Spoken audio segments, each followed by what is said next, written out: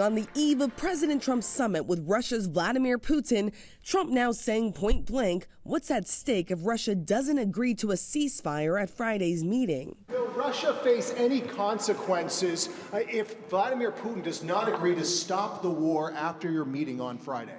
Yes, they will. Yeah, there will be very severe consequences. Ukrainian President Volodymyr Zelensky left on the sidelines, adamant that any path to peace requires Ukraine to have a seat at the table. The president now aligning on strategy with Zelensky and European allies. President Zelensky was on the call.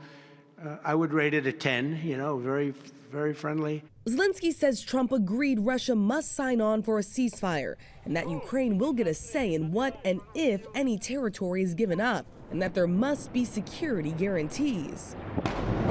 For weeks, Putin has ignored repeated warnings from Trump to stop the violence, and Russian airstrikes on Ukraine have only intensified, taking a massive toll. The president admitting he probably will not be able to stop Russia from killing Ukrainian civilians. Do you believe you can convince him to stop targeting civilians in Ukraine?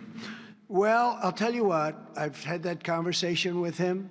I've had a lot of good conversations with him. Then I go home and I see that a rocket hit a nursing home or a rocket hit an apartment building and people are laying dead in the street. So I guess the answer to that is no. The president now saying tomorrow's summit is about setting the table for another meeting, this time with both Putin and Zelensky. If the first one goes okay, we'll have a quick second one. I would like to do it almost immediately.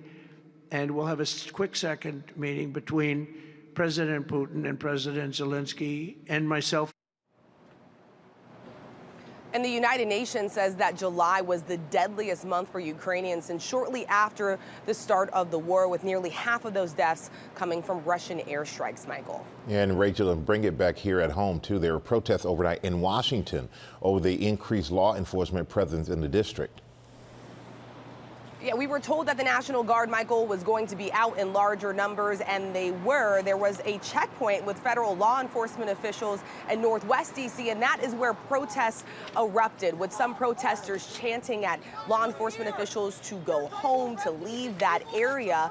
Of course, the president activated about 800 members of the National Guard. They're working in rotations, about 100 to 200. He says all of this is to clamp down on crime, but as D.C. officials work with federal officials, they do point out that violent crime has been at a 30-year low in the district, Michael. All right, Rachel Scott, thank you so much.